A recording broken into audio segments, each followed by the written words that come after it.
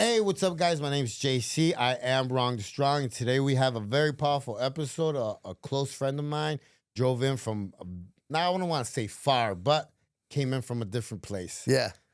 Came in from San Diego today, man. Temecula, to be specific. Yep. Taylor Cavanaugh, former Navy SEAL, former French Foreign Legionnaire, the only one in the world, but also suicidal, man, some jail time, and just that redemption arc, man. That's what what we're here talking about today. This is what we talk about here at Wrong to Strong, and let's get it. Let's do it.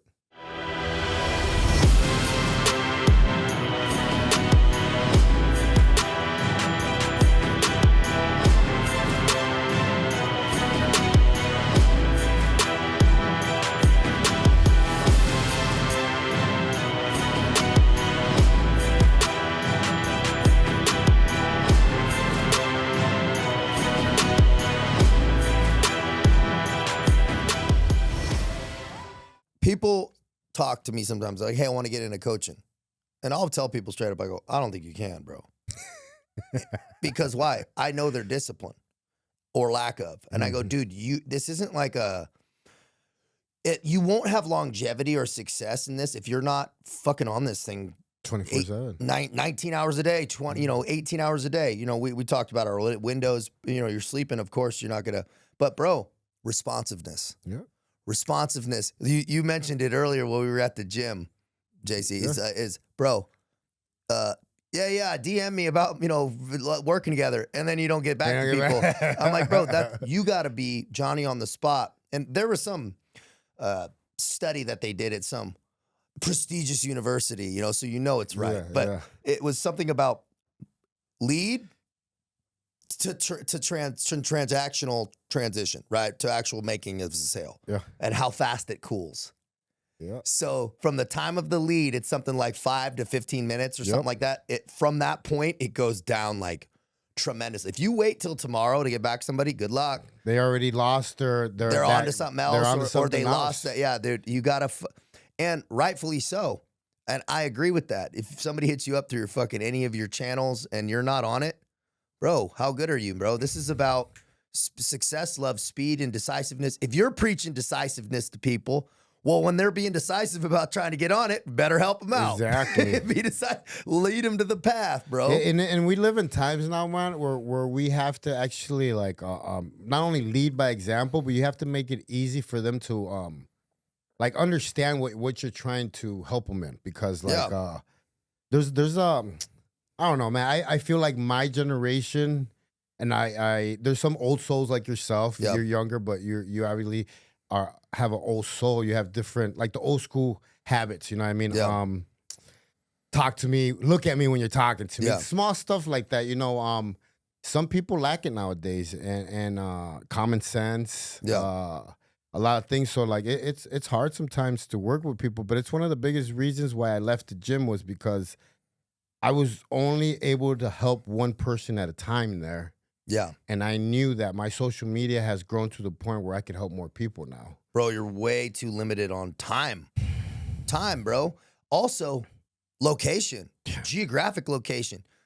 Dude, a lot of people I work with are in Australia, fucking England, Singapore, bro, all these different spots, man, and get to connect with people and change people's lives and show them a better blueprint. Yeah. Show them a little bit better path, man, and I don't need to live near them. What's crazy is that I teach people everything that I learned in prison. Isn't that interesting? So they don't have to go. Yeah. But the thing is, this is the thing that I tell all the guys that did time is like, why did you stop doing all the things that made you a badass in prison? Like, why did you stop doing them out here? That's powerful. And that's a whole spectrum of things. That's working out, reading books, learning how to do something, because in there you're either learning how to play an instrument, or you're working with leather, or you're reading books. Like, you're constantly growing. So why do you stop doing that stuff when you get out? Well, that's a really important point that goes for veterans too. A lot of veterans who get out, we talk about that. What are we talking about here? Transitional periods. Yeah. There's a kind of a philosophy, or really just a reality in the military, which is your most dangerous points are transition points. When you're like going from the beach to the land, and pulling your wetsuits up. Your security's low. So I say, when you're transitioning, whether it be from some type of incarceration or the military, don't let predictable things surprise you. Yep. You're going to have more distractions, more comfort, and now you're not in a time of compression. We learn and grow during time of compression and friction. It's Darwin, bro. Yeah. No evolution happens in comfort. So you need external friction. So you're in this, I'm going to get better. I'm in this, like, you have subtracted a lot of distractions and all this shit. And so you're focused, man, on this, and your vision. All you have is the future and the thought of you being better in it. And then you're there and the fucking TV's on. You can go to the fridge. Yeah. The chick's there. You can go fucking down to the store, and then it starts to unravel. Yeah. For everybody, bro. You got to lock it on. I was just telling the guys, because I was on the prison yard on Friday, I was just telling the guys, anybody could be well-behaved in prison. The real test is when they open up that door. Damn, that's good. The real test. Yeah. Because once they open up the door, all the distractions, I was just pulling in. There was 2 prostitutes right in front of the door. I was like, so that's what's awaiting for you guys. Yeah. Decisions, choices. Yeah. That, guess what? In prison, they're made for you. Yeah. But once you get out, that's where the real test. And that's what I tell these guys. You know, it took me, I went back to prison 7 times. Yep. That's a biblical number, man. 7 times. Yeah. And I tell people all the time, every time I got a little bit better at staying out. Yeah. Because I had made my home in prison. I had really told myself that was my home. That's where I function. Yeah. I was someone in prison. Well, that's where you got better, too. Yeah. That's where you felt good about yourself. Dude, I slept good. I worked out. Like, everybody knew me on the yard. Yeah. Like, I was someone in prison. So when I got home, and I didn't have that anymore. And this is something I talked with the vets, too, because the vets were so happy when I put up the workout crew together. They were like, dude, we've been looking for this camaraderie unit for so long. Yeah. And I was like, okay, so I need to sit down and pretty much create a program for myself that's going to help me stay out. And it's crazy because I sat down, I started thinking, and I was like, holy cow, it's all the stuff that I did inside prison that's going to help me stay out. Yeah. Like reading, even taking pride in my sleep, because after days of not sleeping, the PTS affects you a lot faster. Shit starts to unravel. Yes. You know, so like even learning to do that, and it's crazy because now I have clients that hire me to teach them how to sleep. Yeah. And it's, I don't know if you ever read the book. It's called, it's one of my favorite books. It's called The Perfect Day Formula. No, that's not, I love the title though. What's it kind of go into? It just teaches you all the steps to not do for you to be able to create a good sleeping habit, because most people don't know that sleep is the fountain of youth. Like if you do not go into your REM stage, you do not rest. You do not grow. You do not heal. All those things, mentally, physically, everything. So a lot of people won't go into that stage, and it takes you 2 hours to go into that stage. So if you only sleep 5 hours, that means you only slept 3. Okay. Minimum, your body needs 6 hours of sleep. I sleep 8 to 10. Yeah. I'm a professional nap sleeper. Damn, I that's love powerful. I take naps. 8 to 10, bro. Yeah. And you know, and in your clock, as you sleep more at the same time, wake up at the same time, your clock starts to get better and better and better and better. That's true. And that's how you start to look younger. That's how you start to wake up without an alarm clock. I don't need an alarm clock. I wake up at 2:45 on the dot every day. That's why you're looking fresh still, bro. So, you know, I'm almost 50 years old. That's why you're looking fresh, bro. Black don't crack, dude. Still looking fresh, man. But it's the sleep, man. The sleep, the food, the water, the training, even your relationship. Bro, a lot of people don't talk about, dude, stress in a relationship, how it fucking drives you the fuck down. Like, stress puts more people in the grave than anything. Well, they say stress is the number one that kills people here in America. Stress. Dude, and relationship stress. You know and I know. We've all been there. People watching, you all been there. When you have problems in your house, the energy's not right, or even a relationship, or we all been in those toxic relationships, you can't build shit. You can't build a business. You can't build your body. So you're hemorrhaging so much information, so much energy on damage control. How are you supposed to go forward when you're sweeping up behind you. It's fucking impossible. And we were just literally talking about this over breakfast about, how good it feels to lay your phone down. Yeah. And not worry because you're not in damage control. You're not messing around. You're not doing nothing. Yeah. And you know what the key part of that is? Not doing weird shit. That was something that and I said, dude, I went, oh, I found a cheat code. Don't do weird shit. Yeah, just don't do it. Don't do weird shit. It sounds so fucking simple, right? And we all are working on it, but it's true temptation. It's the devil happens in the negotiation and the justification. That's where the devil starts talking to you. And I heard a guy speaking. He was in prison. With Johnny, I forget what he was. He was in prison for a while. You know what I'm talking? You're talking about the ice cream guy? No, Johnny. I'll think of his name here in a minute. But he's awesome, man. Doing a lot of work in the ministry. Speaks a lot and stuff. But he goes, "You think you're thinking when these justifications and things." He goes, "But you're actually listening to the devil." Yeah. And when he said that, something kind of clicked in me, and where I go, interesting. Yeah. You don't need to negotiate or justify a beautiful choice. Like, you didn't need to justify or negotiate like us going to the gym today. It was like, all right, go to the gym. It's a fluid thought. You're like, oh, go walk in the sun with your girl, drink a bottle of water or a coffee. The justification happens in like, oh, I'm gonna take a hard left into that massage parlor. I'm gonna do that. It's like the justification. It's like, oh, it doesn't matter. It's like, no, it does matter. Because God knows, the universe knows. It's what's the opportunity cost? Now your energy's a little off. Now you're guarded. You might not even notice it.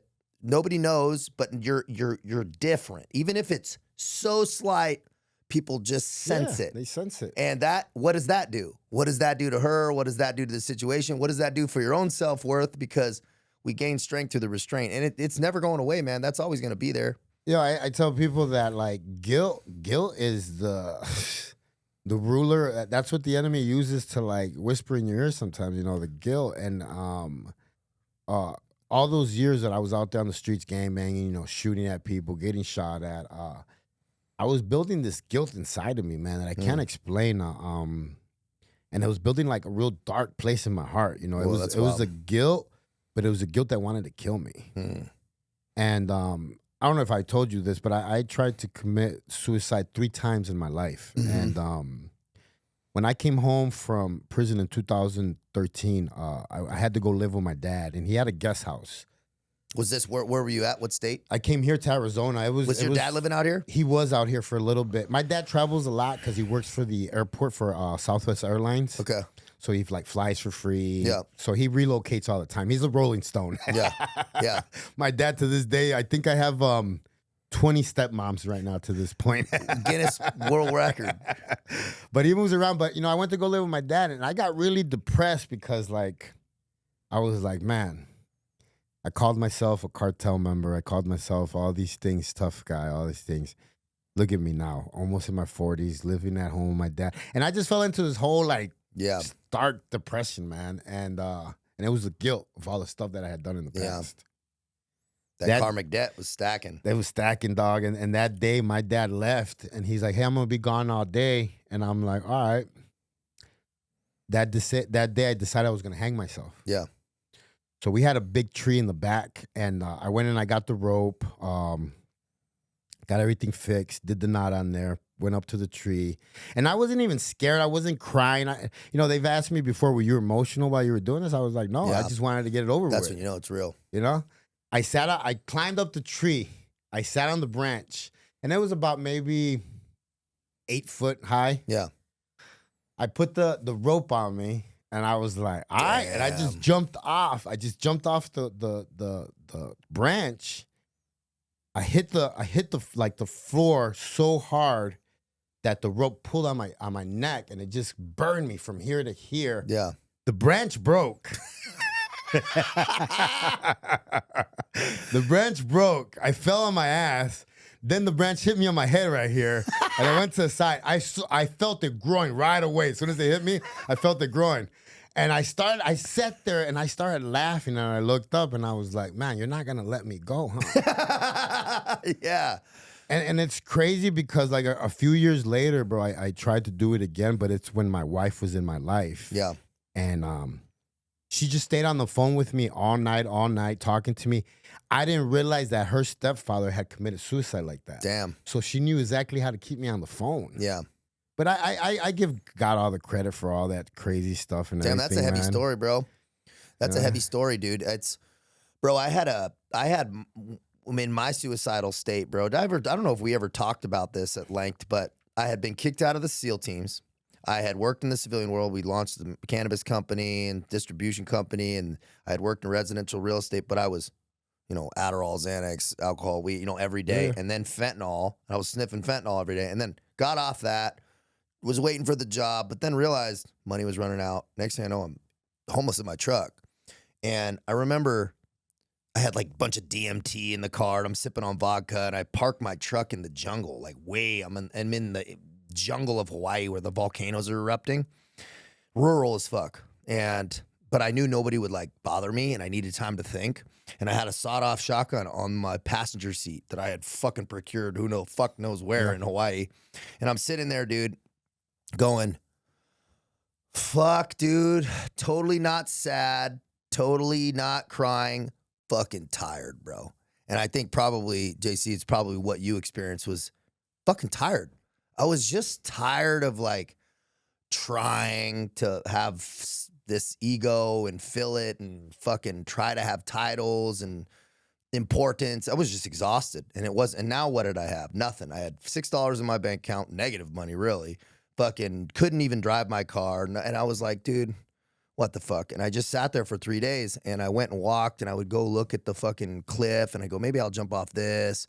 But I was like, it's not high enough. I'll just get all fucked up. And then I was like, I'll jump in the volcano, bro. That's what I'll do. And I was like, what the fuck am I talking about, bro? And it made me laugh. It kind of like brought me out of it. And I say that authentic voice of God spoke to me at this moment, dude. Dead serious. And here's exactly what God said to me. You fucking pussy. And people go, and I've said this before on stage, but people go, God wouldn't talk to you like that. And I said, wrong. God will speak to you exactly how you need to be spoken to. He's all about the fluidity of the communication. And it's exactly what I needed to hear. And I went, and right when I kind of had that moment, it was thought about my mom, my sister, the mess, the destruction, the wake I would leave of damage behind me. I'm like, what the fuck, dude? That ain't me. And that's when I decided to go in the Foreign Legion.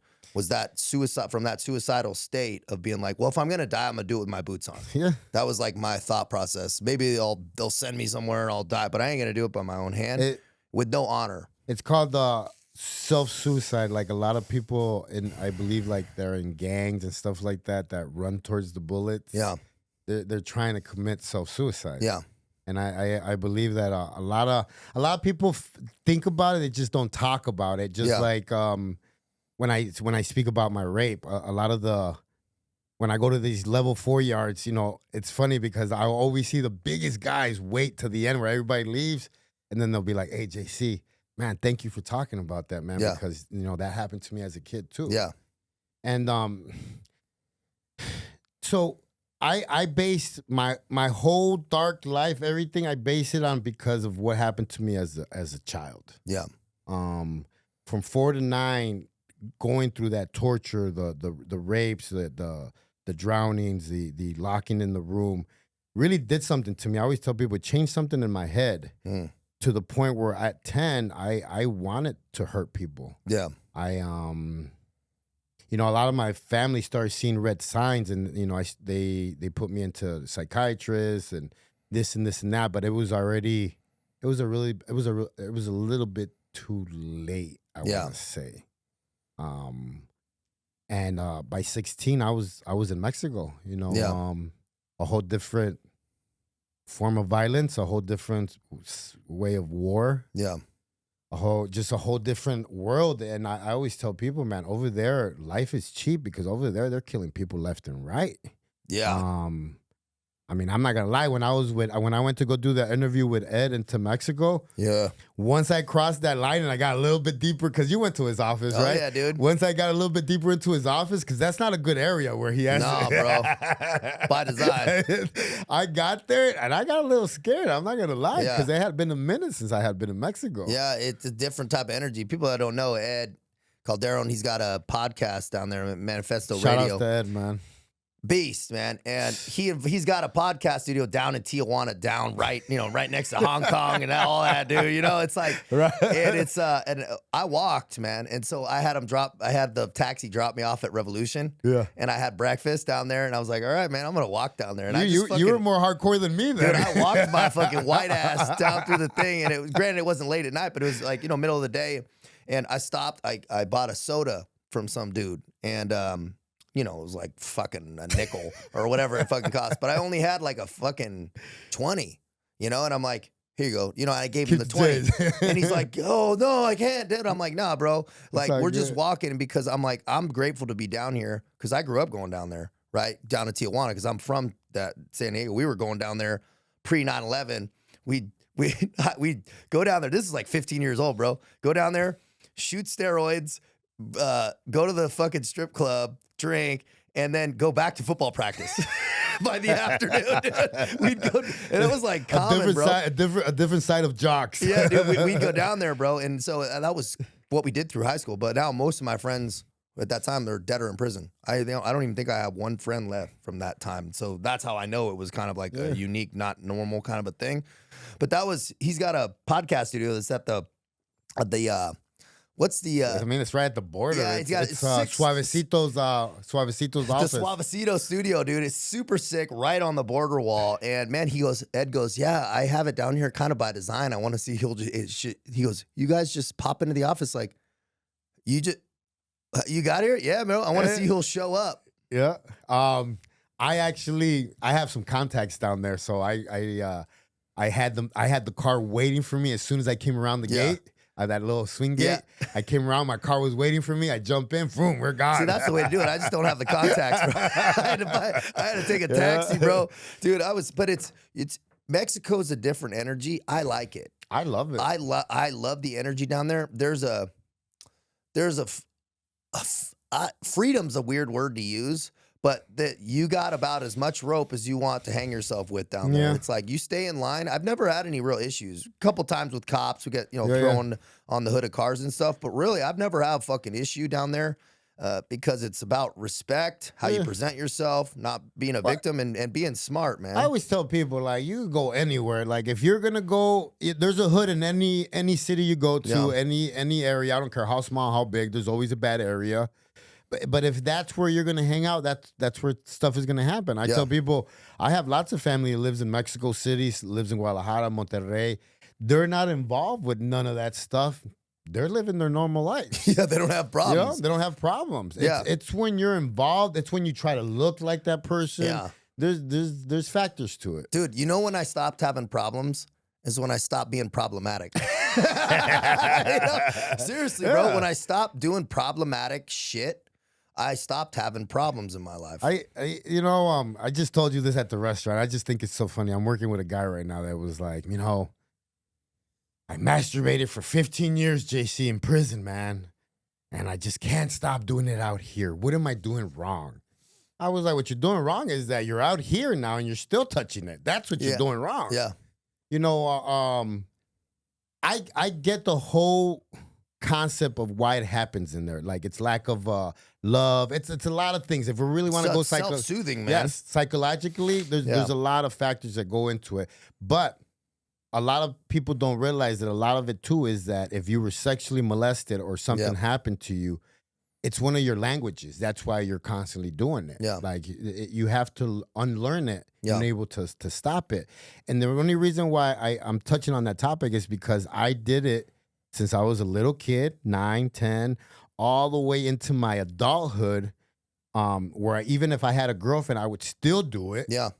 It was a sickness. I would be at work training, and then I would be like, let me go masturbate real quick to the bathroom. Yeah. I was like, who does that? Yeah. Yeah. Yeah. And I had to unlearn that habit. Yeah. because like I started to respect my body. Yeah. And even people would say, "Oh, what do you mean? That's not no, you're not respecting your body. It's a special moment Yeah. that God has given you to reproduce." Yeah. It's also your psychological state, your life force, your motivation in certain capacities, the way you communicate. What are you losing by doing that? Yeah. Right? Masturbation's an interesting topic because it's really not talked about a lot. It's and not. It's super widespread. I mean, pornography in general. Now it's like it like anything, right? It can be, you know, super detrimental in people's lives or whatever, but really the what it really boils down to is restraint. Yeah. You will only benefit from exercising restraint in your life. It's a practice. And you also, willpower is a muscle. If you don't exercise it, it gets atrophied. Yep. And if you're like, every time you go pleasure over purpose, cheap dopamine hit over real dopamine hit, meaning achieving long-term goals and shit like that, and developing meaningful relationships. If you've done it your whole life, like I think about it like this: as a little kid, you're doing it. It's like whatever. It's self-soothing. It's whatever. You're like learning your body.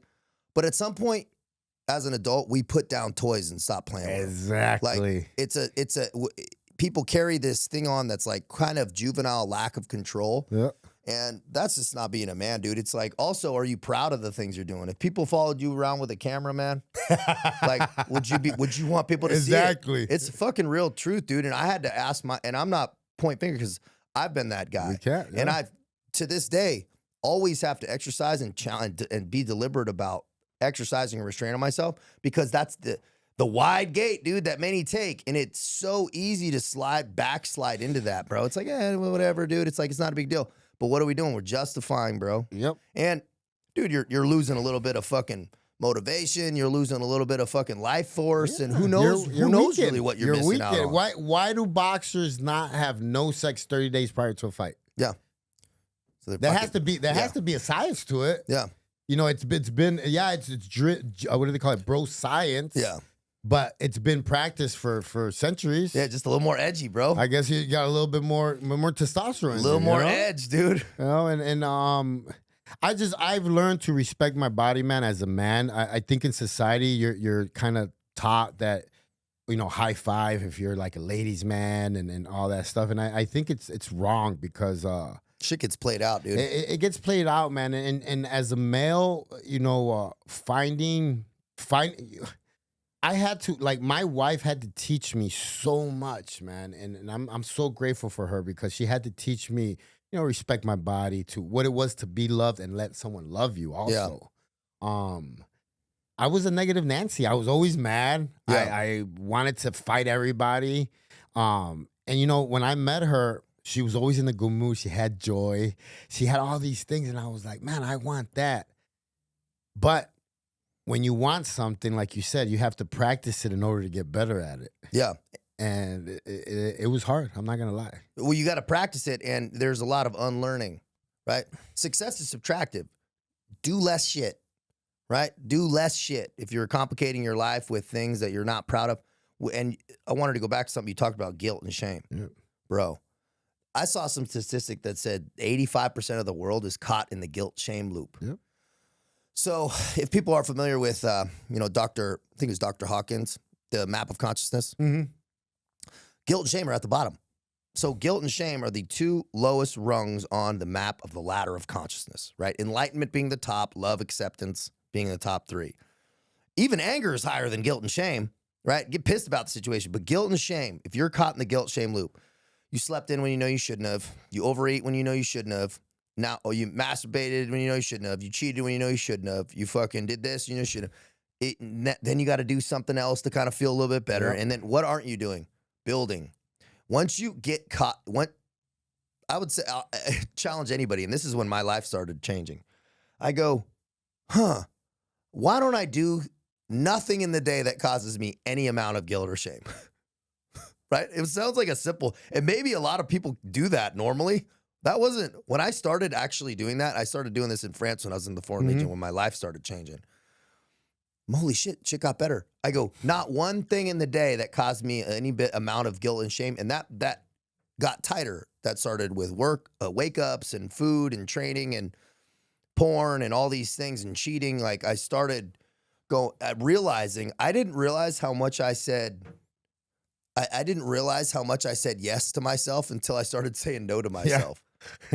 Well, it's how they say, once you get closer to God, you start feeling more of like the guilt and everything. Yeah. And it's not a bad thing. Yeah. It's just you didn't feel it before because you weren't connected with him. And we talked about this before when we were in the gym, dude. We was talking about like you weren't even aware you were sinning, right? Yeah, because you were a little kid. It's like you don't reprimand the 2-year-old as much as the 7-year-old, No. right? Because they know they're not as aware.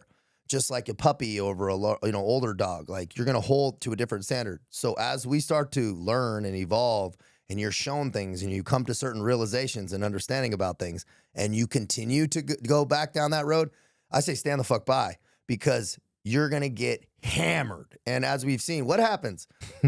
the consequences get bigger. Yep. The fucking life falls apart more. Dude, I got kicked out of the fucking SEAL teams, bro. Let me tell you about losing some shit. You go up to the top and then are homeless in your car. Bro, it was fucking like horrifying. And I hadn't learned because I was just couldn't figure out. I knew what I shouldn't do, but I kept doing it. Yeah. And so then the consequences got heavier and heavier and heavier. And then they turned into jail and not long prison terms like you, but fucking just shit got heavier until where I was suicidal in my car, where it was almost costing me my life. I always tell people you don't need to be in jail to be in jail. Bro, I say this, dude. I was in Hawaii, right? Granted, it was like on the rural area, but I go, dude, you can be in paradise and be in fucking hell. I go, dude, it was the worst state of my fucking life.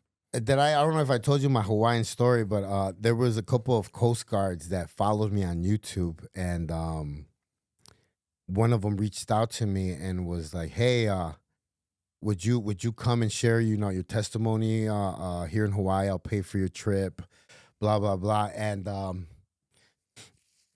I'm terrified of water. I've never really flown over water. Yeah. So that day was horrible for me. I was crying. I didn't want to get on the plane. I did everything I could to get off that plane. Ended up in first class. Went to Hawaii. Blah blah blah. Went to where these guys are living in these apartments right on the main island. Yeah. These white apartments. Yeah. A little ghetto, but not ghetto. Just looks old. Yeah. I guess. Man, that island was beautiful. Yeah. Man, just the water, everything. He took me to the mountains and everything. I was so blessed, man. I was thanking God because I had never seen waters like that. I had never seen mountains like that. And a kid from the hood, I had never left my block. Yeah. That day I got on my knees. We got onto the highest mountain on the island. Yeah. I got on my knees and I prayed God. I said, man, thank you just for this new life that I'm having. Yeah. It's been a roller coaster, but I wouldn't change nothing. Bro, perspective. Think about it. You brought up a good point, is people that never see anything outside of their current reality.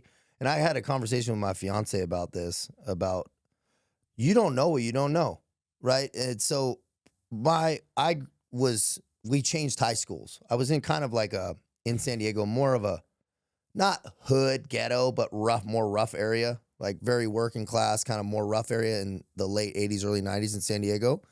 And my parents got divorced. I moved in with my grandparents and my mom and sister in Poway, which is kind of an affluent area. But my mom was a teacher trying to save up for a house and shit. But we were at my grandparents. That was the best move I ever fucking had, because now I'm with like kids who live in gated communities. It was like, and I was like seeing, I had never really seen in a relationship like a healthy argument. It would always turn into a healthy argument? or even like a conversation. Yeah. Like I had already only seen like explosiveness, doors getting ripped off, my dad hauling ass away to God knows where for a few days. Like that's what I saw. That's what I only knew was normal. And then I would see like my girlfriend in high school. Her parents were doctors, both of them, and they'd be like, "Oh no, sweetie, I don't think." And I'd go, "What the hell's going on?" But it was perspective, because it also showed me universities and affluency and people who make good decisions, and it exposed me, right? My fish tank grew. So you got to see it. I got to see it. I got to travel a little bit with family and and I go, wow, what a different life. And if you're still stuck in this, the reason what brought this conversation up is we were driving out here through the desert, and I'm sure you saw it when you were driving out to SD. But there's like in random spots on the fucking off the freeway, like trailer park communities that are just tore up and beat up, and not even a city. Like I don't know where the fuck people. And I go, how do people end up out here? And I go, imagine being a kid growing up out here, right? Never leave this spot. They're not traveling, right? And so just riding your bike around, there's trash and shit. I go, that's what you know. All you fucking know is that, and unless you're a really unique individual, how the fuck do you think you deserve more?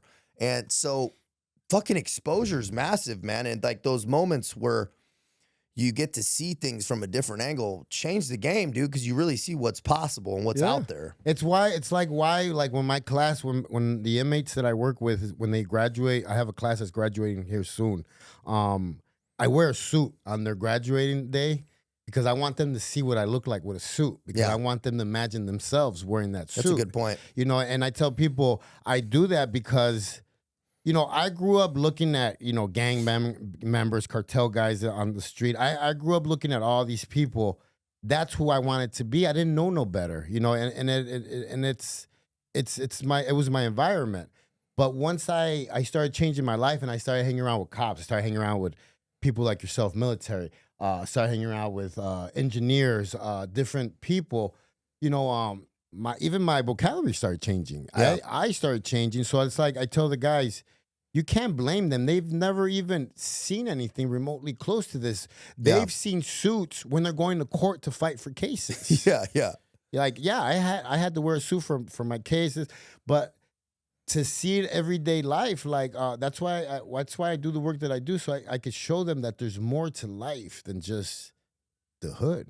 Oh, dude, it's the only way is to show people. And you know what's beautiful about this wonderful machine we have in our pockets is you get to choose what you're exposed to, right? Yeah.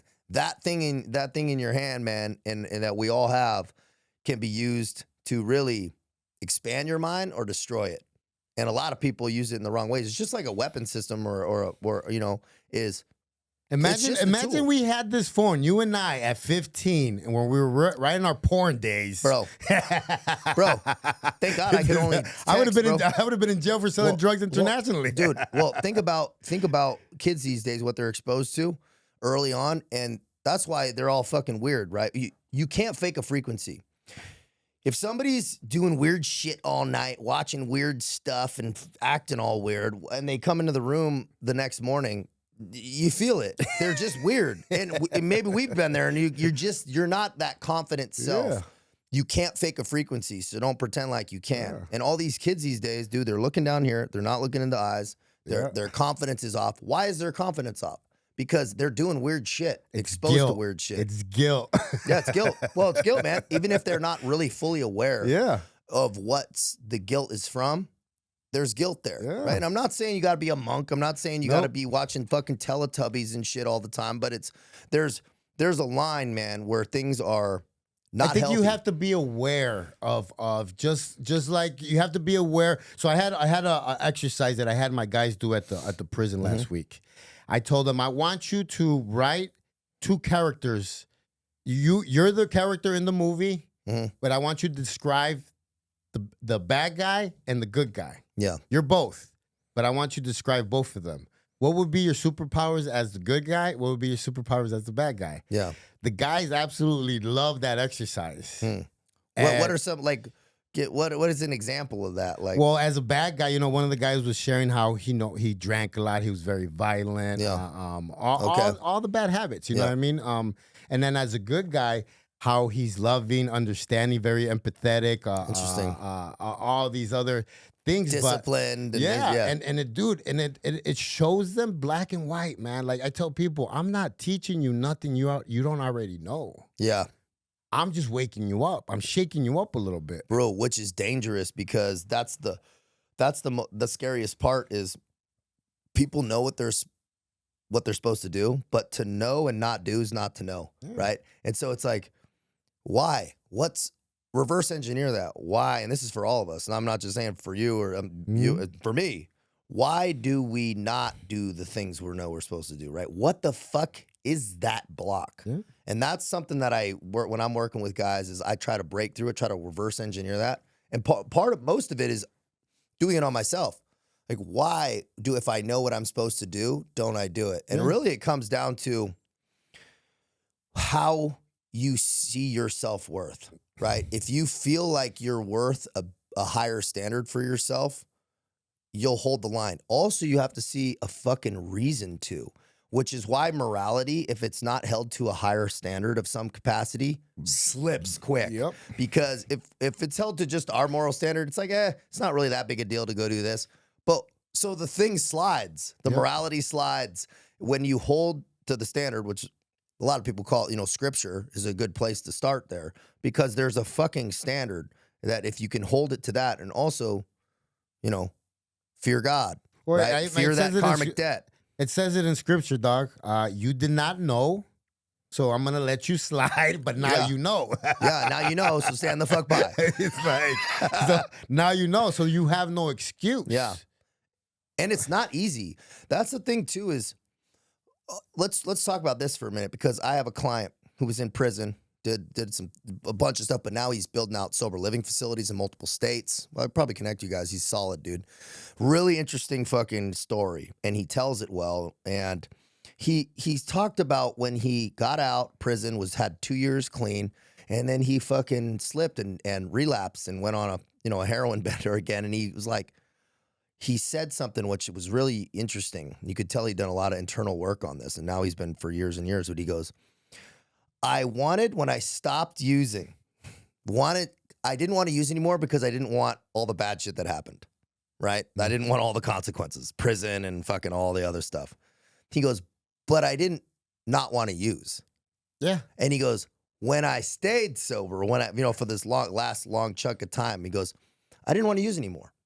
And that was an interesting piece is are you doing it because you don't want the negative consequence? Or do you really not want to do it because it's not who you are? Exactly. That's I kind of get the chills because that's something that I'm still working through. Yeah. That's something that I still work through. It's like, why do I still want to do this thing? I must have a value issue in me somewhere where it's like, and that is something that I think it needs reps. You need repetitions and accurate work. Repetitions to get better. Just like they say, you gotta flex your faith muscle in order to get better. This is the way I look at it. The body is the most perfect machine ever invented. God outdid himself when he invented us because your body lets you know, man. I was telling this to a guy the other day. If you eat something that your body doesn't like if you're lactose intolerant, guess what? You're going to be farting up a storm. Yeah. You're going to be burping. This is your body letting you know that that's not okay. Yeah. When you do something that's not morally right, the guilt, this is your body, your soul, your heart telling you this is not right. Yeah. And it goes on, and we could keep going on and on and on. Even like when I was in my drug induced coma, I would use, and then I would feel guilty for that whole week. Yeah. But then Friday would come around again, and then I would do it all over again, and I would be like, "Man, this is like a broken record." Yeah, a scary cycle. A scary cycle. But now I see some of my friends that drink. They still do coke and stuff like that. I look at it, dude, and it makes my stomach turn. Yeah, because like I never want to be in those shoes again. Yeah. Not that I feel like I'm better or anything. It's just that now I'm actually better and I'm good at saying no to that. The body starts to revolt things. Yeah. The body starts to revolt things it knows that it's just not in congruency with. It's that conscience congruency is a really massive thing. Inner peace and clarity, right? The two most coveted states on the face of the earth are not, people think that should be easy to get. Right? It's like, bro, inner peace and clarity is earned. It's not a state. And I'll tell you, and here's how I kind of think through it. It's like if we were just woke up with inner peace and clarity just naturally in us, we would be losers. well, bro, think about that in caveman days. We would have just laid in the cave and got eaten by saber-tooth tigers. Why get up, dude, if I'm stacked? No, we wake up with anxiety, which is that initial energy to move, find food, find shelter, like get moving. That's that life source. Just like Marcus Aurelius talks about, hey, man, the bees get up and start buzzing and the fucking birds start chirping. Why do we think that we're any different? That we don't get up and act like a human? And we got to start actioning that. That starts building that self-worth. And then you got to actually do the things that conscience is guiding you to do, the authentic voice of God guiding you. Where do you go? How do you move? And you can only hear it when you quiet the noise. If you're on drugs, like, dude, when I was on fentanyl and all that shit, bro, I wasn't hearing fuck all from a higher power. I don't even think I thought about my own thoughts. Maybe I thought I did, but I really wasn't taking any real deliberate action to be self-aware. I was so caught up in my selfish actions. And when I started to quiet the noise and simplify and streamline things, I could start to hear, right? I started to hear that guidance a little bit more. I say, God doesn't shout, he whispers, right? Destiny whispers, the devil fucking shouts, right? It's like that temptation's loud. Yeah. Your divine vision, bros, is quiet. Hey, man, go left.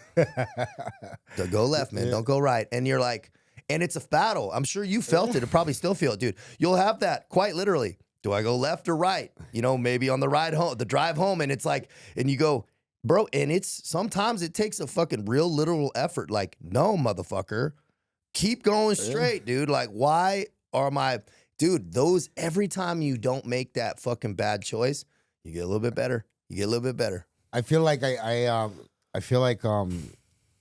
as I went through my walk, so when I got on my knees in November 6, 2021, I don't want to try to explain what happened, but it was something supernatural where all the pain, all the hate, all the guilt, all the darkness that I had been carrying around for 40 plus years completely went away.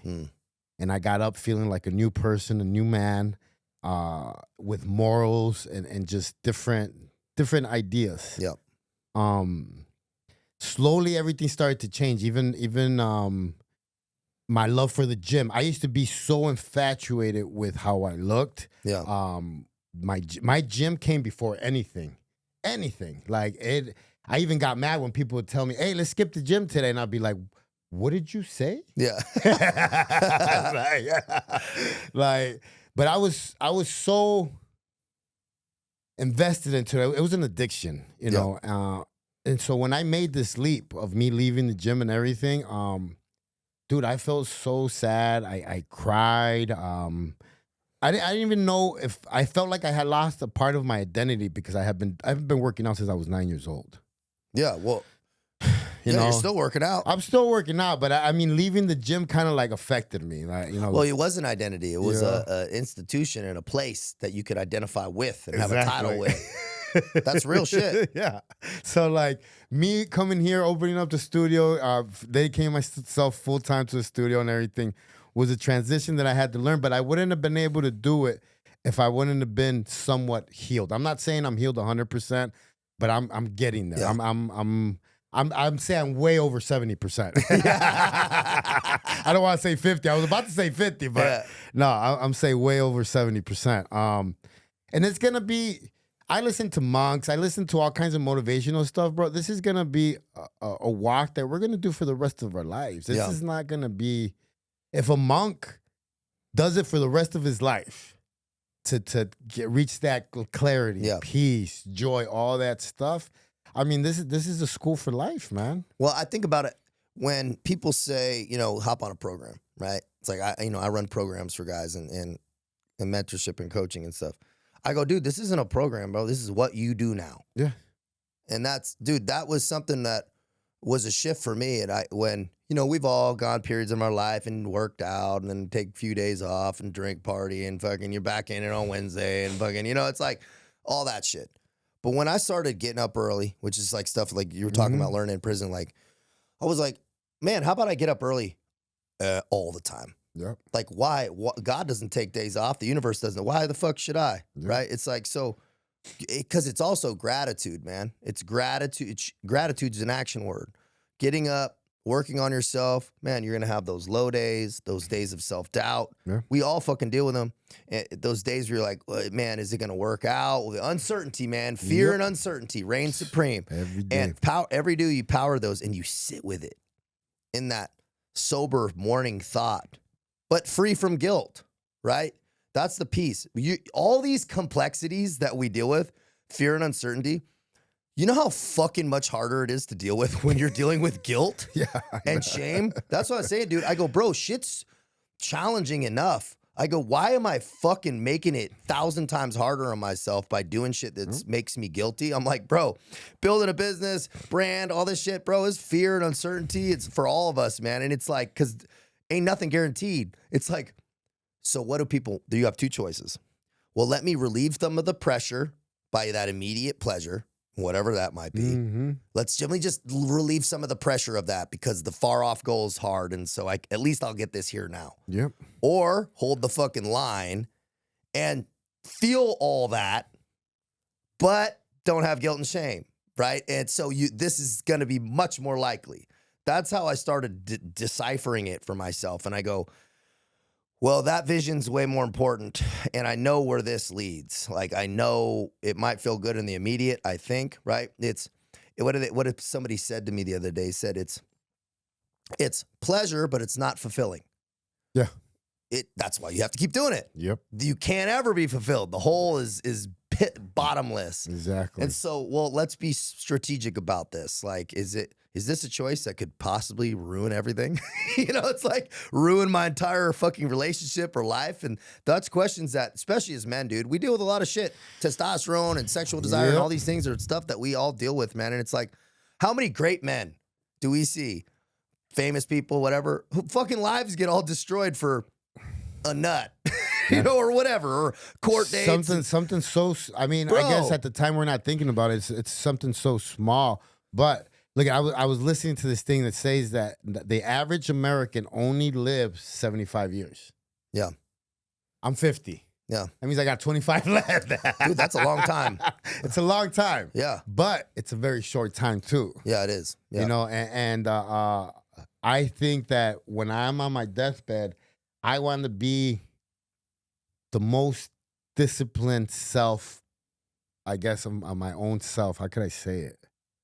That you've ever been. That I've ever been. Yeah. Because by the end of my life, I should already have it down pat. Yeah, you should have improved it to the last day. I fucking love that. That's a really good way to think about it is, bro, this improvement, this walk you're talking about, the walk. I like how you use that, the walk. Yeah. This is exactly what it is. It's like, what did Musashi say? The fucking samurai philosopher called it the way, right? Mm-hmm. The walk, the way. It's a philosophy on life where it's a commitment to excellence, right? Mm-hmm. That's what I talk about a lot in like when I speak on stage and stuff is an excellent life is a commitment to a quality life is directly proportional to the commitment to excellence. Yeah. In your faith, in your family, and like the way you hold yourself.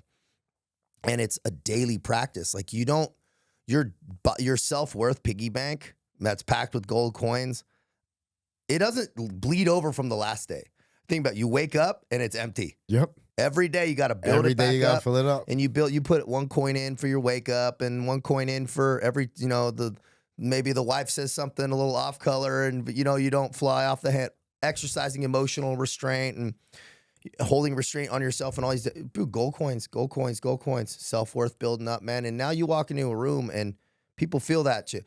The energy of somebody walking into a room who is tapped into their faith, is disciplined, trains, fucking is a different energy than a motherfucker coming here sloppy with a fucking half chub and fucking stains down his gray sweatpants who's been up looking at weird shit all night. But you know what? I want to touch on something because it's something that I had to learn. In order to get these big wins, I had to learn that the small wins counted. Fuck yeah. And when you come from the streets and your whole life has adapted to immediate gratification. Yeah. You don't know what small wins are because all the wins that you get are big ones, big come ups, big robberies, big drug deals, but the money goes fast. Yeah. So you're not used to small wins and building those up to big wins. Like everything's like fast traction. And that's one of the reasons what kept me going back to prison is that I would come home and I would be like, okay, I need money again. Okay, I need a business now. I've never been the person to work for someone, so I've always worked for myself. Yeah. I've always been the boss. Yeah. So I had to adjust, and then I would do that big win, back in prison again. Yeah. That big win, back in prison again. Mm-hmm. And I didn't know what small wins were until now. Now, just winning the day. Boom, like you said, that gold coin in there. Boom, in there. What did you do today? What class did you get today? Boom, I read my book. I read one book. I'm slacking on my reading right now. I'm reading one book per month. I used to do 2. Yeah. Same. I go back to the living your life like you're in prison. I tell everybody I work with, I'm gonna walk that yard with you. Yeah. But eventually, you have to walk that yard by yourself. Yeah. And it's all learning, man. Recoding, coding again, all the stuff that I learned in prison. Reading books, going to sleep at a certain time, working out, picking healthy choices of food. Yeah. Because in prison, it's hard to not eat healthy. Yeah. Because everybody's eating crap. Yeah, and you got those wham whams and ding dong. Fucking. I was a honey bun monster when I was in there. Because it's immediate dopamine hit. Yes. You have very little pleasure, man, and so it's like, man, I'm gonna. You know who was always there for me? Little Debbie. You know Debbie. what I mean? Debbie. That's it. But those small wins are like, why are you doing them? And that's a question that when guys are building themselves up, and something that I had to learn was the purpose of me doing it is so I feel better about what I'm doing. Yeah. No other reason. Not attached to the outcome, not falling in love with like, I want to work out because I want a 6-pack at the fucking Vegas pool, right? It's like, that's fleeting, right? Because if that's what you're doing, then it's so short-sighted. But if all your daily habits are aligned with what gets you a 6-pack, and you do that because you love the process and how it makes you feel, that you'll do forever. Now we're in a different whole train. And you're also doing it from a different ego perspective. Yep. Right? And so you look how you live. When we've been, like right now, I feel like I could tighten it up, right? In my diet and stuff. So I was like, all right, because I'm pretty good, but I know I can be a lot better about measure my rice out and fucking do it. Like I can ratchet it down, And so I go, okay, and when I do that, I look harder. I look better. I feel better. My energy's a little bit better and my inflammation's down and all these small things because you look how you live. People that live disciplined look disciplined. And if they are doing the right ways, right? They have an accurate plan, correct plan, and they're disciplined. That fucking shows. And then it starts showing in their life. Yeah. Their car's clean. Their house is clean. Their hair's done. They walk out of the house. They're on time. Like we talked about that. Like, bro, if your car's a mess and you're fucking running late, bro, what the fuck is going on? Right? It's like, dude, but if that's you, and that's been me when I was on Adderall and fucking drugs, I was late everywhere. I'm like, what the fuck? I was like, because my life was in shambles. It was a reflection of my internal state. My internal state but here's why during that time that I was very dangerous, because I still had some external titles and success. The girl by the house, by the beach, in the truck. So nobody could really tell me, and I'm like, I could lie to myself, and that was the fucking. We're really good at that. I could lie to myself enough. I was disciplined-ish. I was going to the gym, but I was sipping vodka at the gym, right? In my shaker. I used to have watermelon juice. Dude, I used to here's how fucking delusional I was, bro.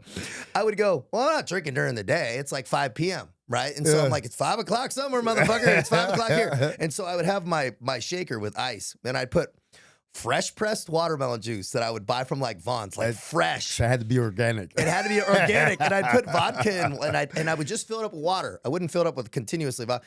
But I would lie to myself and go, see, bro, I'm hydrating, bro. I'm hydrating.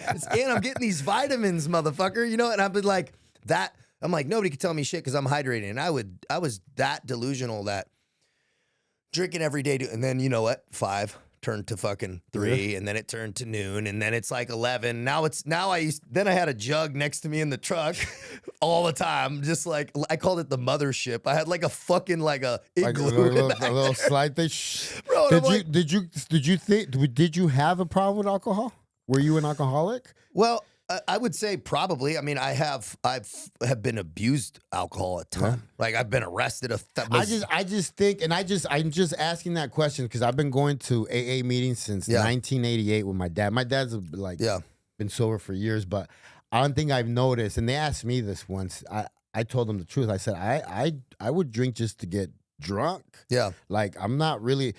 If you're an alcoholic, you have to have it. Yeah. So I didn't drink for a long time. Like we'd go on deployments. I wouldn't have a drop for 7 months and not think about it. Like it just I'm habitual. So if I do something in the day and it works, I was like, oh, fuck it. Well, this works, right? So I was like, I liked it because I was taking Adderall and it took the edge off. Yeah. So it took, but if I'm not taking Adderall, I had no desire. Dude, it's so funny. It was the amphetamines. It was the amphetamines that had me want to like take the edge off a little bit, and a cigarette. And now now I'm drinking, smoking, and now I'm taking Xanax at night. So it was like all these things up, down, sideways. Yeah, and I'm like, oh, this is normal, bro. And really, but it was, you can't bend reality that fucking much. But then it was the fentanyl, right? So now I'm sniffing fentanyl at night but still working. I wasn't off partying. I wasn't like in club. I was functioning. Writing fucking emails, sniffing fentanyl, getting creative, and then sleeping 3 hours and then taking Adderall and going all again. And that was but the level of output was a lot. So I could lie to myself and go, oh, I'm working. But it was all justify it with something good. I could justify it with a math. And dude, everybody saw the speed wobbles coming except me. That's why most people go to church on Sundays, so they can feel better for the rest of the week. Dude, well, for real, man. And that's the truth too, is like the faith is here, bro. It's like your faith is here. Church is very powerful, and I get a lot out of it when I go. But I go, bring that faith in there, bro. Like bring it from the last 6 days too. Walk with it. You got to walk with like Christ in your heart, God in your heart. It's got to be something that closed doors, open doors, man. Yeah. They're the same. Like you're there. And when you show up at the pearly gates, I don't know what anybody's belief is, but you show up into your day of judgment or however that looks. How the fuck is that going to go? Yep. Like, how is that going to go?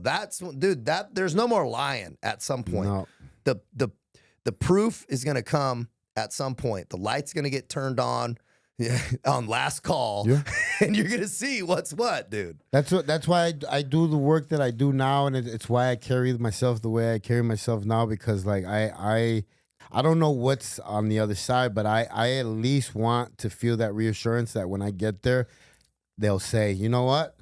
You fucked up your life pretty bad, but at the end you got to put it back together. Yeah, you rallied. Yeah, dude.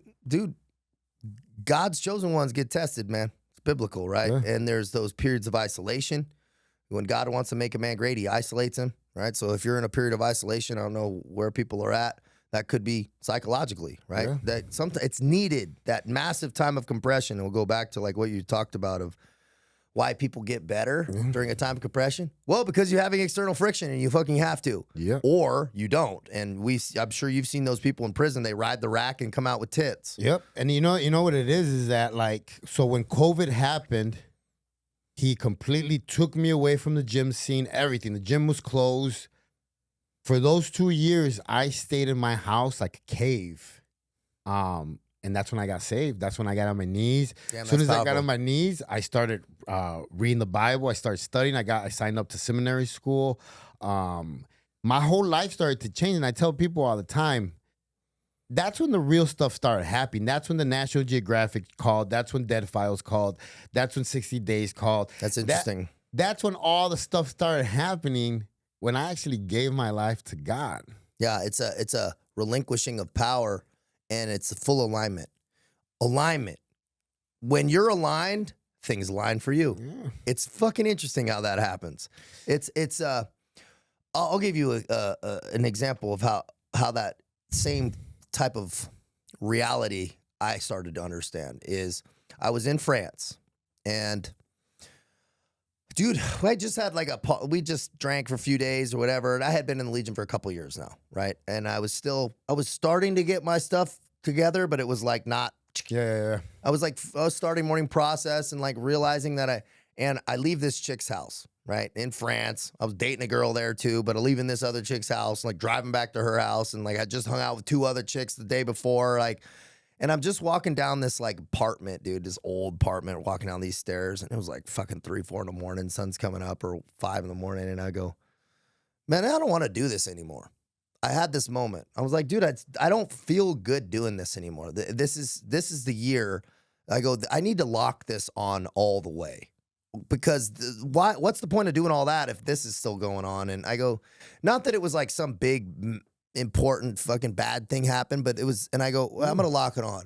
And from that position, I go, from that moment, I started really holding my not doing all the fucking extracurricular dumb shit.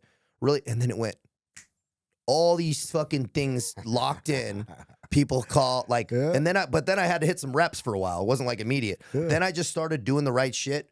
And I started having good days every day. And I realized, bro, and then I did that for a couple years, right? And I had this moment, I go, holy fuck. I've had good days I haven't had a bad, I couldn't even remember. Like I dead serious. I tried to remember last time I had a bad day.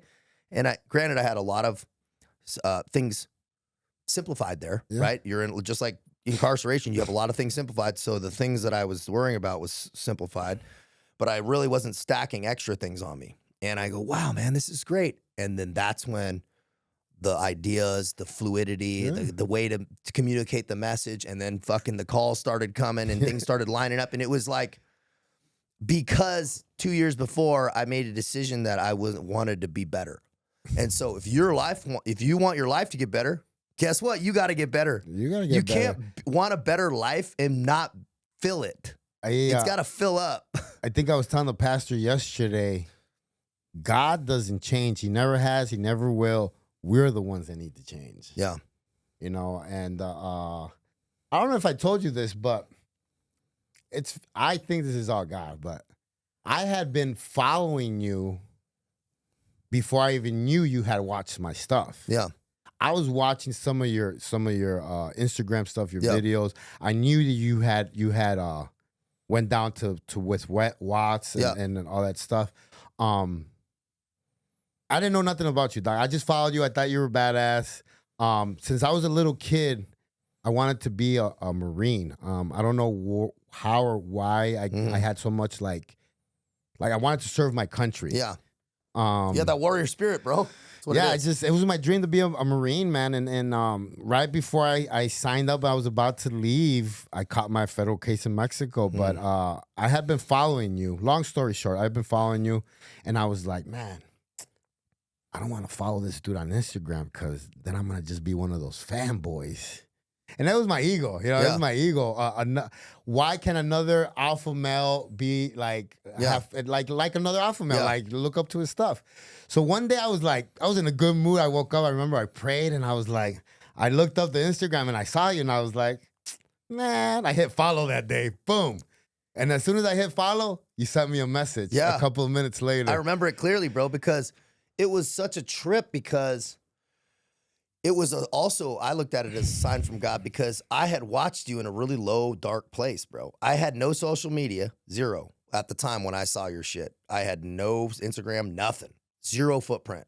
And I fucking was sitting there and I was just kind of still in the mode of visualizing my way out of this fucking thing. And I didn't know what I was going to do. But I was on YouTube. Simple as that. And I saw your testimony and I watched the whole fucking thing. And I never watched the whole of anything. It's like an hour long. Bro, and I watched the whole thing and I went, damn. And I sent it to a couple fucking pipe hitter guys I know. And they were like, damn, dude, that's what's up. And then I'm doing my thing, right? Doing my stuff. And then it was like, you know how things just happen? Yeah. And I'm like on my phone and it goes bloop. And I saw your thing and I went, what the fuck? Because it was like, it was having sat there, watched you, had nothing on, and then you kind of connecting with me. I fucking immediately, because I was in this space that I still try to be that way, is not allow that block of like, oh, I'm going to just kind of, no, I went, damn, bro, what's up, dude? Like, I fucking saw your shit, man, and it was like, your testimony was powerful. I like what you're doing. Like, I wanted you to know that I fucking had seen, I just really resonated with your stuff, because it's important to be able to tell people that, man. Like, especially as men, why can't you tell somebody, damn, dude, your shit's that shit's fire. Wow, you're really, man, dude, what you did the other day, that was solid. Like, dude, send it. You don't gotta be, we don't gotta be fucking hugging it out every fucking time or smoke each other's poles, but just tell somebody, hey, dude, what you're doing resonates. That's important, bro, because we all need a little feedback. And likewise, hey, bro, what you did the other day was kind of fucking weird, bro. Right? Just be honest, but be honest, whatever it is. To me, bro, it was like a gift. God was giving me that gift because as a kid, I'll never forget this. My grandparents gave me this jogging suit that was, I had the army, whatever, camouflage stuff. And I wore that to the point where it fell off of me because it was so worn out. I wouldn't wash it. I would sit there on a tree with a wooden stick and pretend like I was sniping people. Yeah. And you know, when I went to San Diego to go spend that time with you, God was giving me back that moment where I wanted to be in the service. God was giving me back that moment being around. You know, I told you I read the book on Navy SEALs when I was in prison. Like God gave me that moment, so I believe that this was all orchestrated through God. I was supposed to meet you for a reason. Yeah, you gave me something that I could never. There's not a price on it, brother. So I want to tell you, just in front of everybody, you know, thank you for what you're doing. Thank you for coming into my life. Thank you for being my friend, and thank you for being here today, dude. I really appreciate that, dude. That resonates, and I really appreciate you saying that because feeling's mutual. The feeling's really mutual, man. Because I resonate with your shit. I fucking like the message. And then I was really honored that you came out to fucking San Diego, bro. Like, I was like, damn, dude, this what's up. Like, come to my fucking home gym. And it was surreal having you there, bro. I was like, seriously, man. I even said it to my fiance here, like being out here. I'm like, this is fucking tripping me out. Like, I'm in this nice Airbnb we rented with a pool, and I got a new baby and engaged, and I'm like, God is amazing, man. And I'm like, here meeting you, and I remember, I get the chills when I think about it, so clearly where I was laying. I was laying in my fucking little fucking cot fucking bed in the fucking barracks room. It's all cold and shit, and I'm like watching your shit on my fucking phone going, damn, dude, that's what's up. And nothing, no. How the fuck would I know I was gonna be connected with you like here sitting at a fucking podcast, bro? Look, dude, I got the chills because it was that real for me because I was so hurt and lost, bro, there. I had lost everything. They took my fucking name, bro. They gave me a fake name, a fucking fake French passport. I didn't have my passport for fucking 3 years. And so I'm in this place of like, all foreigners, Eastern Bloc guys, like not a lot of job satisfaction. Dudes are pissed or running from the law or whatever the fuck they're there for. And I was like, dude, nobody even knows I'm fucking here, bro. Like, what the fuck am I doing here? And I saw that testimony, and we had been talking a little bit before you got here, and I was like, that testimony, it did something for me because I hadn't really heard somebody tell an honest story like that. Really. I mean, maybe, you know, I've watched, but nothing hit me as that authentic because you weren't trying to fucking be anything. You were just telling a fucking story, which is like, that's what I resonate with. And that's what I try to do, which I pull from guys like you, dude. It's just the ability to be honest and show the fucking skeletons in your closet on fucking full blast is, bro, a lot of people just won't do it. And I go, and it's not self-deprecation. It's not other people. I'm sure you get people, oh, you got to talk bad. No, dude. It's about being honest because other people are going through that same shit. And you can't get authenticity from people unless you're authentic. So I really appreciate that, man. That really means a lot. You know, I learned that I had to be real with myself in order for myself to learn to change and keep changing and keep progressing, keep getting better. I had to be honest with myself because I said, okay, so I lied to myself my whole life. I blamed everybody and everything for all my problems. So I'm going to do completely opposite of what I did my whole life and just keep it real with myself. About a year ago when me and my wife got divorced, I got into some trouble. Yeah. And it's funny how things work out, man. I got into some trouble and I didn't know if I should be open about it or if I should not say nothing. And everybody was like, no, JC, don't say nothing. Don't say nothing. Everything you work for is going to look bad. And I sat there and I thought about it one day and I was like, nah, I'm not going to listen to them. I'm going to share because, you know, it won't be fair for guys like me. I'm giving them a blueprint, but I'm not being honest. Yeah. So I was like, nah, I'm going to be honest. And I blasted. I told everybody, even my pastor's like, you're crazy, man. I was like, hey, dude, this is just how I roll, man. But let me tell you how God has a sense of humor. If I would not have shared that with everyone, I had to go do them. So there's these classes that they make you do here. Yeah. They're called MAD classes. Yeah. Mothers Against Drunk Drivers. I had to go do my classes at my church. So if I wouldn't have been open about Damn. me, yeah. If I would have been open about Yeah. it, I would have walked in there with my head down, low, Yeah. embarrassed, shameful, Yeah. and something would have Yeah. happened. Oh, it would have come out. Something would have grown out of that. Yeah. You know what I mean? But since I had already shared with everybody, my pastor, everybody, my crew, my team, that what happened, I walked in there with my head up high because I was there to solve that problem. Yeah. Yeah. I wasn't there to, you know what I mean? So that's what I mean about being transparent, being open. I'm not perfect. I'm far from that. I'm not an evangelist. I'm not a Bible scholar. I just know that I love God. I want to be better. I love my wife. I'm learning to love my kids. I have 5 daughters.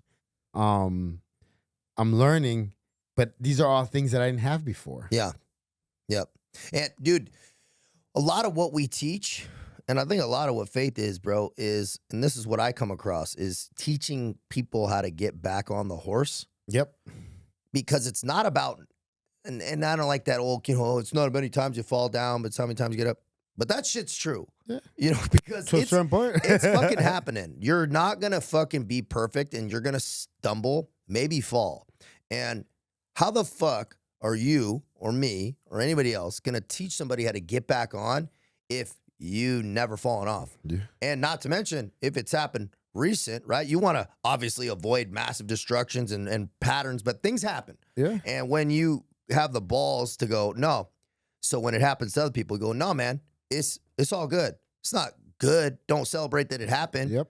Fucking recognize what the fuck's up, but get back on the fucking horse. Because what's the alternative? How do you communicate that if you're not going through it? And even in that moment, like, so I had to go turn myself in for a day. Yeah. For the first time in my life, sitting inside prison and looking just at everybody, for the first time in my life, I told myself, I don't belong here no more. Damn, that's powerful. You know, and that whole night, I met somebody that follows you. Mm-hmm. I met a bunch of fishes that were there for the first time. Yeah. So that whole night, I spent the whole night coaching all the guys not to eat the peanut butter and jelly sandwiches, not to drink the water, not to sit in certain areas. Why don't you eat the peanut butter and jelly sandwiches? Because then you gotta take a dump, and there is no place to take a dump. It's like, Yeah. you know, there's certain things. It's like when you're in the feds, and you go on Con Air. Number one mistake people do is eat the bologna sandwich before they give you a bologna sandwich at 1 a.m. Yeah, and you're like, What time do you think you're gonna have to take a crap? Yeah. When you're up in the air. Yeah. And guess what? They only uncuff one hand to use to take a shit. Yeah. So you're gonna be taking a dump like this.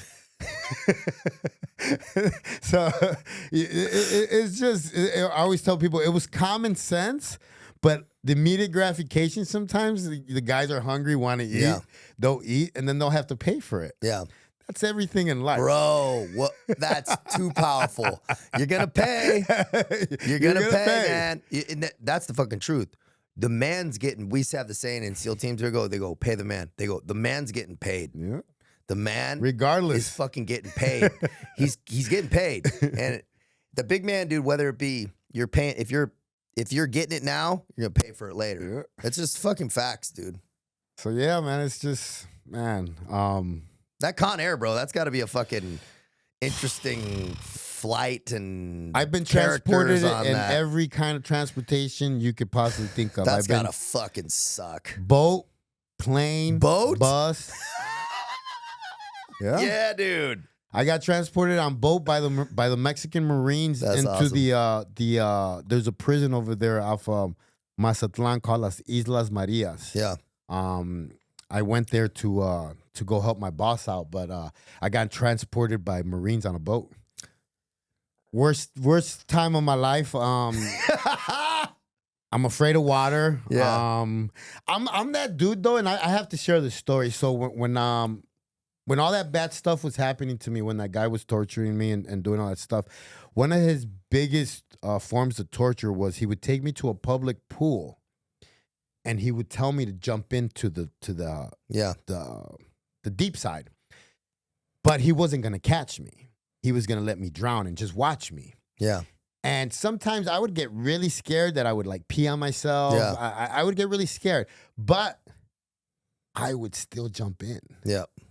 And I have to believe that moment, those actions kind of spilled over into my life now because I'm the first one to jump out of a fucking plane with no parachute. Yeah. Like this whole faith jump was, I don't want to say it was the easiest thing, but it was natural to me to jump. Yeah. Even though I'm scared. That's an interesting perspective to think it's like a fully committed thought process, man. Yeah. A full both feet in. I tell people, what would you think if you knew you were jumping into that water, but you knew you were going to drown because you didn't know how to swim? Yeah. You knew he wasn't going to take you out, but you still did it. Yeah. And things like that, man, make me think and make me realize that all the bad stuff that happened to me, yeah, it was bad, but it also made the man that I am today. Yeah, dude. Speaking of, dude, I almost died off the coast of Mexico. That's the closest I've ever come to dying, bro. In the SEAL teams. Did you see the tunnel or bro, no tunnel? Well, dude, it was the G20 summit. The fucking all the big countries, the 20 countries it was during Obama's administration, and they sent a SEAL team, 2 SEAL platoons down there to do his protecting him and the Secret Service. SEAL Team 8 took the good straw. Cabo, bro. They were having the G20 summit in Cabo, and I'm going, Cabo, right, dude? It's fucking 2012, mind you. And so I'm going, fuck yeah, I'm a new guy. And I'm like, all right, let's do this. They go, oh yeah, SEAL Team 7, your small group of guys, it was like 8 of us. He goes, you drew the short straw, so you got to be on the fucking water with the Mexican Marines who were with us. We worked with them, scouted out his mansion he rented. So anytime they were worried about the cartels wrapping him up and fucking while he was in transit, because that was like during that time.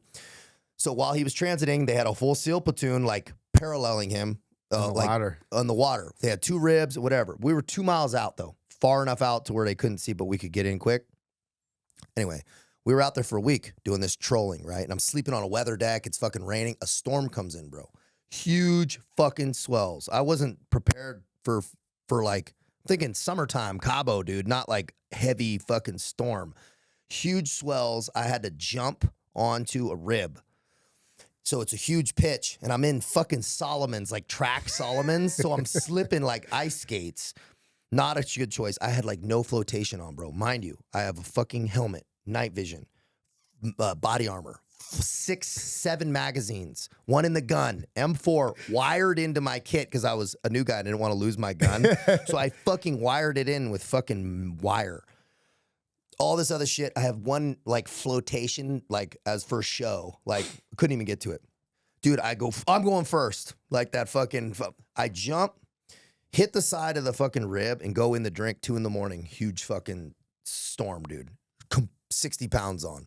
And I'm like, swimming, trying to get away from the prop of this big fucking boat that was like towing us. And I'm sinking in it, and I go, bro, I'm gonna fucking die. And I go hypercapnia. People don't have hypercapnia. It's like a flood of CO2 in your body from mass exertion. So I'm seeing yellow, and it's going, and I'm going, oh, I cannot believe I'm gonna die like this. And I start going down, bro. And like the hand of God fucking reached in, and it was my OIC.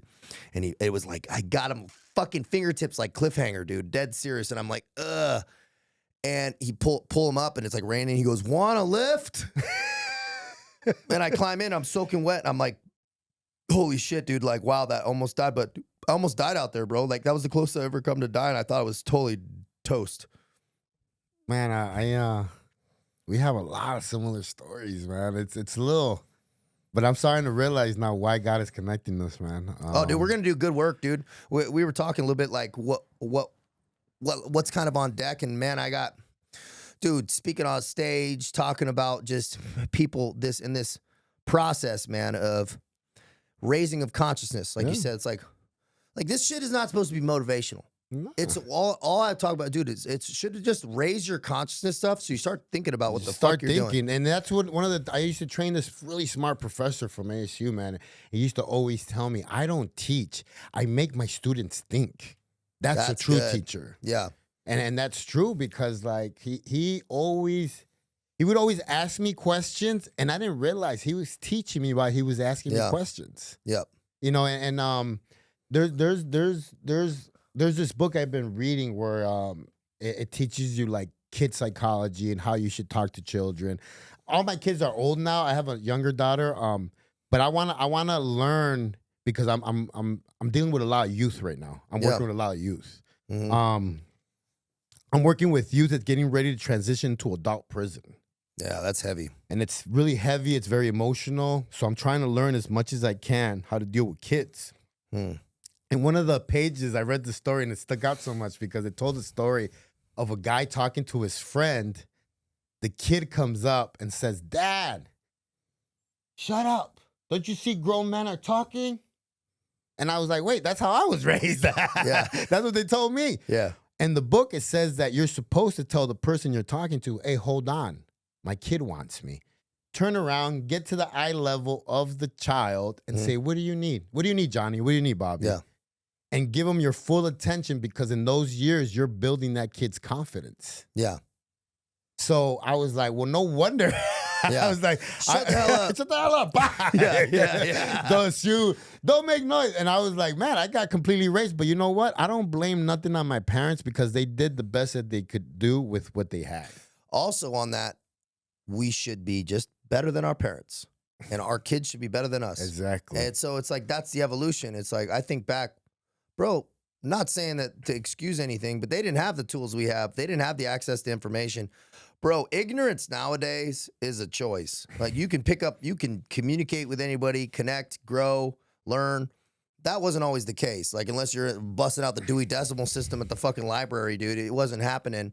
And also being emotionally aware and communicative is new. It's kind of a new development. Yep. Guys like us. Or us talking on camera about fucking bad things that happen in our past, emotions, thinking about things, not in a soft way. There's a way to go about it that's not candy ass, right? It's because it's not true power is awareness, right? Yeah. Self-awareness, environmental awareness, intelligence, right? So it's not smart to not know what the fuck's going on internally. Exactly. And it's also not smart to not know what's going on with you or you. Like I want to know all the information possible because then I can apply it, right? It's not just the information, it's the information applied.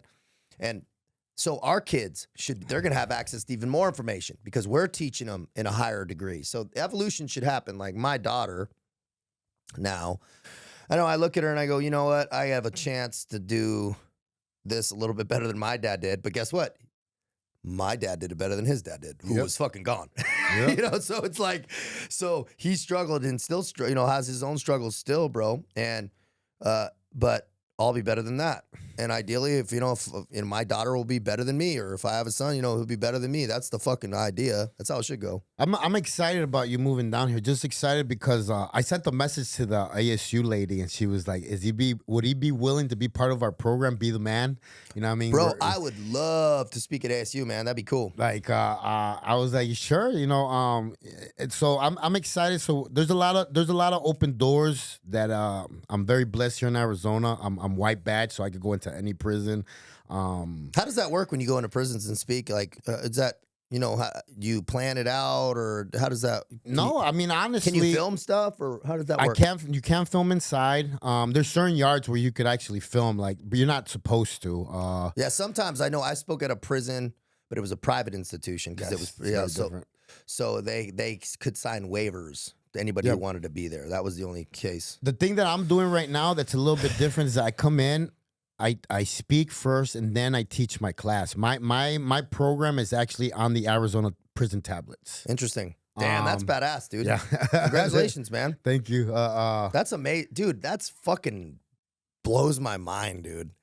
Seriously, that's fucking crazy that you can go from incarcerated. Really, you probably should be dead. Like statistically, or incarcerated for forever. Now, and then having a program on a fucking tablet in a prison is a trip, dude. Yeah, it's refreshing, man, to see what God is doing in my life, man, and the work. There's a lot of work, very few workers, if that makes any sense. Yeah. You know? So I get calls all the time. Tomorrow, That's powerful, the warden is coming tomorrow down here from Winslow because she wants me at the prison. She wants me to come and teach. She wants me to come and talk. There's a rehab center with 300 beds in Tucson. I was supposed to be there today. I'm gonna go there weekly. Yeah. Man, bro, I'm excited for what's about to happen. I feel like God's putting together a small little army. Yeah. A small little Navy SEAL team. Bro, well, it's about having small is adaptable. You can adapt to what's needed. You can kind of tailor things to how they want. And you said that's really interesting. A lot of work and not a lot of workers. Dude, there's a lot of people watching and they'll throw a lot of hate on stuff. Maybe we're talking about or whatever. And I go, look, man, pick up a fucking shovel and start digging. Like, fucking help out, dude. Like, how about you turn it inside and like anything negative? If it's not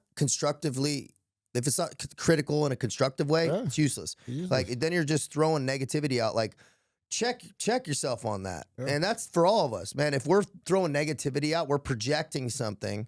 So it's like, why is that the case? Just that's self-awareness on a massive scale. And it's like, dude, there's too much work to be done to waste time on fucking whatever, dude. And it's like, I'll give you an example, dude. It's like, somebody's like, oh, dude, this guy got kicked out of the SEAL teams in French Foreign Legion. Like, who's he to tell anybody about making good choices? I go, yeah, motherfucker. I'm the exact person. I got kicked out of 2 of the biggest fucking military organizations, and I know what losing shit is all about. Yeah. And here's the most important part. My life's amazing now. Exactly. That's the key. That doesn't work out. Dude, I live on a fucking golf course in a gated community. You're engaged, have a beautiful baby. My clarity and inner peace, and I'm tapped in with faith. I feel good about what I'm doing every day.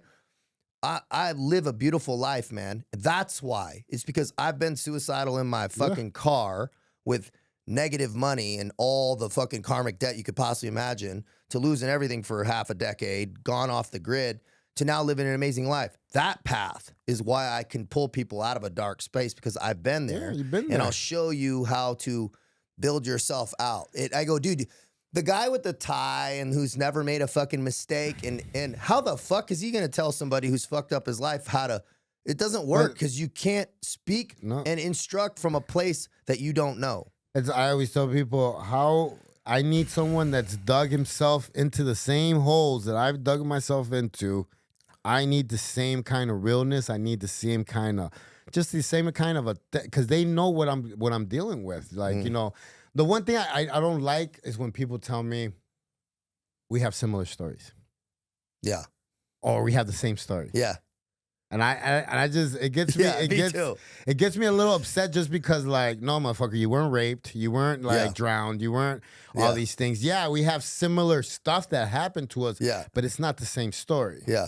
And I believe everybody should just own their own story. Yeah. Own their own pain. And just, like, if you've been able to evolve and get better, then that's something you could teach someone. Yeah. Because guess what? There's a million JCs. There's a million guys that got kicked out on the SEAL team. There's a bunch of people, and they need guidance too. Yeah. You know what's a better way to kind of say that? Hey, man, we've come to some very similar realizations. Yeah. Right? Like, what's the end product, man? It's like, what's that proverb, that Zen proverb is like, there are many paths up to the top of the mountain. Right? Yeah. So it's like there's like you might have taken a harder path, a more fucking steep, more rocky, but if you're at the top, man, and you're seeing that same perspective, dude, is massive. And there's also another proverb that kind of goes off that is the peace that is at the top of the mountain, the only peace there is the peace you brought up there.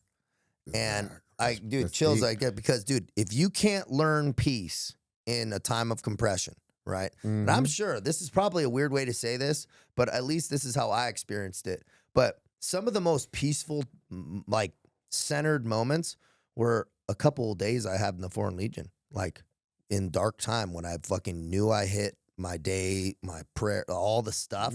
And I was just like, everything I could control and manage internally, I did, and I felt good about it. Peaceful times. If you can learn peace during a time of compression, you're a very powerful individual. And that's like, and so when it does get good, don't change your daily shit that worked, and fucking make sure you're fucking there, man. Stay on track. Keep doing what you're doing. All right.